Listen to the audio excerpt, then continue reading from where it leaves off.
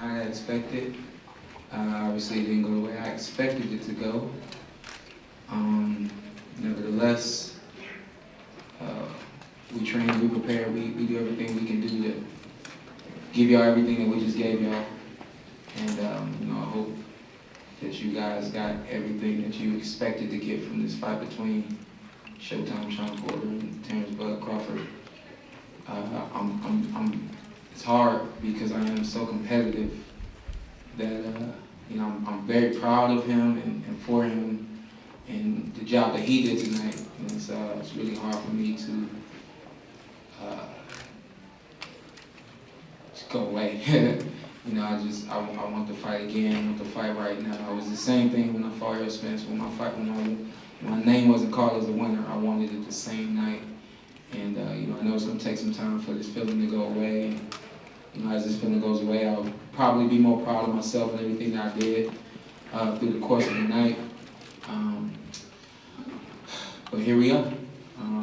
Not where I expected to be tonight. So. With that said, I'll allow you guys to ask me whatever you want to ask. Hey, Shawn. How badly were you hurt at the finish there, and did you disagree with the stop? You know what? I understand my dad's position, and he saw. I took too many shots right there, clean, and it's not the port away. That's not what we do. It was bad defense. Hands were down, and I think part of me is just wanted to get back and was careless, and then the other part of me was a little out of it and not able to defend myself quick enough. Again, I understand what my dad's position was there, and I didn't expect it though. But when I saw it, I was okay.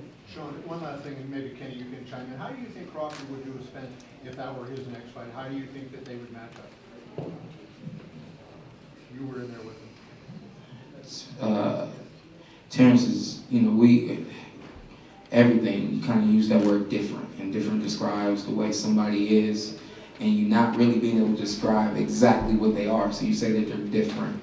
And that's exactly what Terrence Crawford is to boxing. He's different. It's like you can't really pick up everything that it is that he does. You just know that he does everything more than exceptionally well. I felt like in the fight with Errol Spence Jr. going 12 rounds, I felt like it was not as tough as fighting Terrence Crawford. So hopefully that answers that. Shawn, take us through a little bit of the 10th round as you came out. How did you feel you were doing on the scorecards? And just take us through that a little bit. What's up, TC? I wasn't quite sure actually, and I think this is one of the first fights that my dad he didn't have the, you're up, you're down. We didn't have any of those conversations. We literally going round by round. My dad did an excellent job in the corner. Gave me some really good instruction and some really good adjustments to make as well. I think my execution was there, but my consistency wasn't there. But through the 10 rounds that we had gone, I really wasn't sure where the score was. There were some rounds that I felt like were definitely mine, and then there were some other rounds where, I get hit a little bit more than usual against Terrence Crawford. So, I automatically feel like, that's not my round. So I really wasn't sure where the score was, and my dad didn't really give me a score. I think he was more so focused on let's take this round by round. And let's stay focused and let's beat this man. And we didn't get it tonight. Did you feel it was a little bit of a flashback for you to the Spence fight? I believe same thing, right? 10th round. You know what? I didn't until being in the background and someone saying, hey, when did that happen? And I was like 10th round, exact same thing. You know what I mean? So no flashbacks. I did the best I could to stay in the moment and do the best I could in the moment, but. Collectively, I spoke with Barry just very shortly in the back room, and we agreed that I didn't get him uncomfortable the way I intended to, and I let him find his comfort zone and work in it. And it's just what you cannot do against Terrence Crawford, and I allowed that tonight. Great too much. I allowed that too much tonight. I got two questions, Bob. First of all, you've been with Terrence Crawford a very long time. What would you rank this in terms of the difficulty of fight that Terrence had tonight, Bob? You know, looking back on his whole career, I would say this is the most difficult. Kenny, I have one more question for you. I saw the highlights. We didn't get to really see the exchange. What were the first words you told your son after you entered the ring? Because you were pretty adamant as the second knockdown happened. I saw you immediately jump up to the ring post that you wanted the fight stopped. So as you got to Shawn, what words were exchanged between you two? That's it. That's it. That's it. That's it. We're done. That's it. Did he argue with you at all? No, there was no argument. He was more within himself, mad at himself, not mad at what I was saying to him. Like he was kind of stuck in this, there. As he went down and he, slammed his hands on the canvas, he's pissed at himself, not at me. No, so. Shawn, over here. In the beginning, he started off fighting conventional, and then he switched to his regular southpaw situation. How did you assess that as you were going into the fight? Were you able to deal with that properly in the beginning? Yeah, well, you know what, we trained basically southpaw for him. We knew that a majority of the fight by him would be fought southpaw, and we know that that's where his comfort zone is as a southpaw. So there were a few times where he switched during the fight, and there was no thing. I think we handled that accordingly the way we always do. And the switch really wasn't the problem. I think it was just more so me. I was a little hesitant tonight, and I don't think I kept my foot on the gas pedal enough.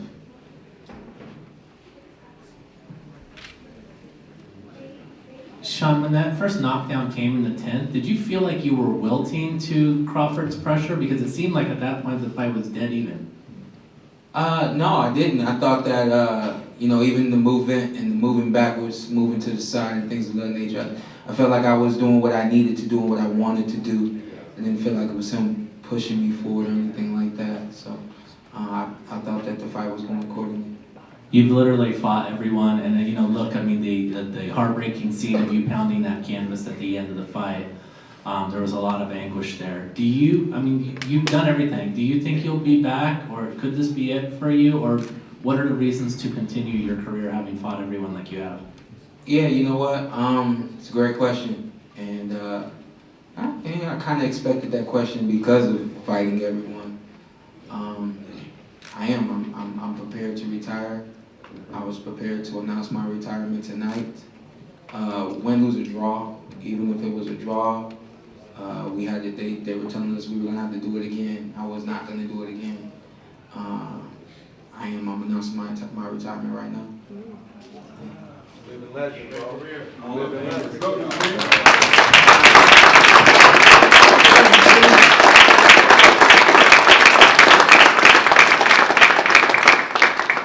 One of the guys I admire in this sport is Andre Ward, and I heard he had me up on the scorecard, so shout out to Andre Ward. One thing, I kind of hang on to every word that Dre says. I really admire him and everything that he's been to this sport. And we were in the back room about to do Tyson Fury, Deontay Wilder 3. Someone comes up to him, all of the talk about Ward, Canelo. And they said, "Come on, champ, you got one left in you." And he says, "Why can't I just have one more left in me?" And the guy was confused. Meanwhile, I'm like, you said it all right there.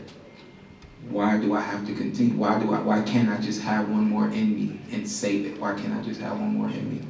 I think a lot of times the way that this sport has gone, you guys expect us to fight for 15, 20 years. You expect us to, you said, we hope he leaves this game with his health, but you never really know. I've been fortunate enough to be in some really big fights, get some really good guys, and always have my health at the end of the night. And, with that being said, I knew that Errol Smith Jr. was going to be my last fight. I knew that in 2017, I think it was, when he won his championship fight. and I said that he would be the last one I fought. And after we fought, I felt like there was something else, and something else was Terrence Crawford.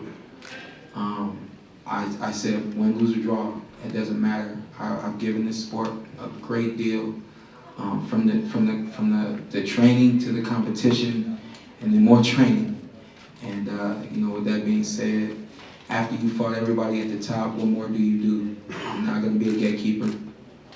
You would look at the 4 losses and would assume that, well, you know, he could be a gatekeeper. Now, that's not the life that I want to live. I've never wanted to live the life of a fighter who fought into his 40s. Quiet as it's kept, we wanted to fight when we wanted to end this when we was 30. We talked about that, and 34, and now's the time. Kenny, that being said, was that at that point in your mind that you made the stoppage, that knowing that this was probably going to be his last fight, you didn't want to? He didn't know, unless he had feelings of his, some sentiments of his own, but this is a conversation we haven't had. What were you planning on telling? Now, Kenny, also, had there been, I think there's about a minute and a half left in the 10th round, had there been less time in the round, would you still have stopped it after the 7th round? I plan on stopping it. Can you hear me? I plan on stopping it going into the fight. Already knew this. But if there had been less time left in the round, like Didn't matter. If I saw what I saw, that was my plan. Okay. Well, first of all, everybody loves Shawn. Thank You you. know how hard you work. And the other thing is this. I commend your father for stopping the fight. Most people are criticizing your dad. But I think you and your dad, I know your relationship, I mean, so close. No one knows what goes on with you guys. And I think that when your dad said it's over, I think that you basically said, yes, Dad, let's go. Hey, Jeff, you pass the mic back.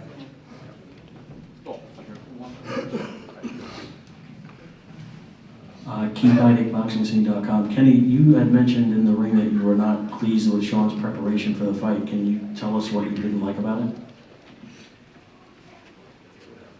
No knock against Shawn in terms of who he is, but as he mentioned earlier, when he thought that Errol Spence would be the last fight, maybe before he fought him, he thought that. I'm his father. I knew that.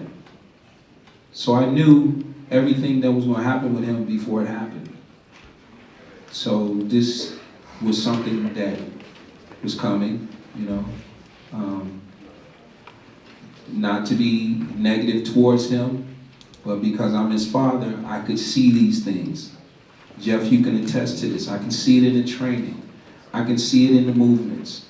I can see it in looking at the clock to see how long I got to be here today. I can see it. The most important thing, more important than anything else, and I smiled, not just because it was you, Jeff, but I appreciate what you said, and I smiled. But I smiled because someone said I was criticized. Please, criticize me. Go right ahead. I love it. Because at the end of the day, this is where we at right now. We are at the end. We're at the end. Tomorrow morning, I will be able to look out of my window at his house, right across the street from me. I will be able to play with my little G-Man, that was my grandsons. I will be able to walk my dog over to his house. I will be able to hug my daughter-in-law. And I'll be able to love on my son. So we won before we got here. We were already winning. It's just what's expected in the ring, but in the biggest part of this picture, when this thing is over with, I'm still his father. He's still my son, right? And we get to do that part. That's a long life of that. It's a whole bunch of that to go on, you know? So, you know, I just saw things that told me that it was time. Go ahead, Steve. Kenny, I know that you're hard on your son in the gym. I've seen that firsthand. Is it a relief now that you could just be his father instead of his trainer? Did that weigh on you at all the last couple of years, or even in this situation? Absolutely, absolutely. But when you say I'm hard on him, you got to understand the reasoning for that is exactly what we dealt with tonight. You know, I'm hard to the point of, listen, man, I need you to protect yourself. I need you to go home to your wife. I need you to go home to your kids.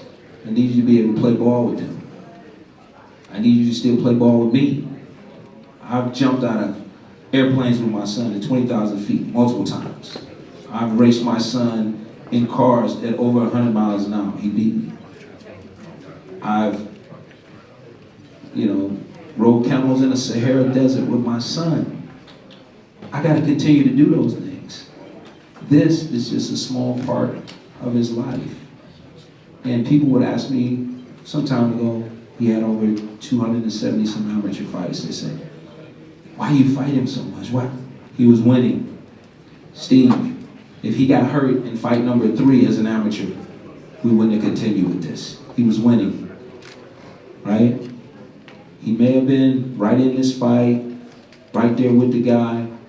It was a surprise for me that he went down. I've never seen him go like that. And then what happened after that, he got hurt again, and I saw him at a deficit. He didn't have everything it took to protect himself. And coming in here, I wasn't seeing that same thing going on, protecting himself.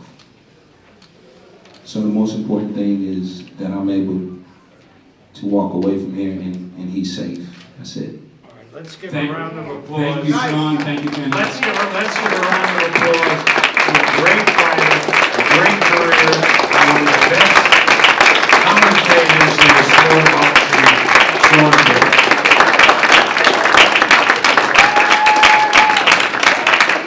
And I said this earlier, and I believe it to be true.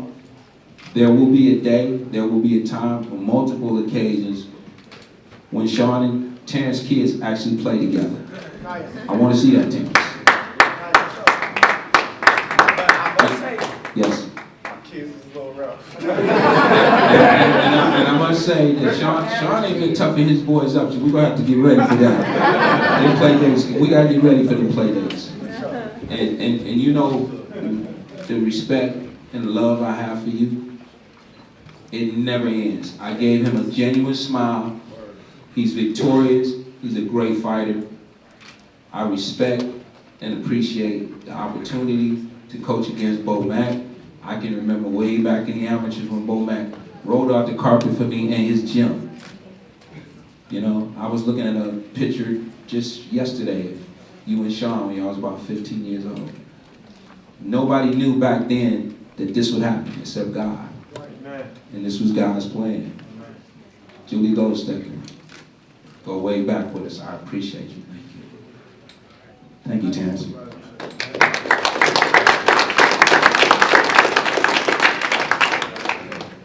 Last thing I'm gonna say is thank you guys. God bless you, and enjoy this man right here, man. He's quite a guy. You already know that.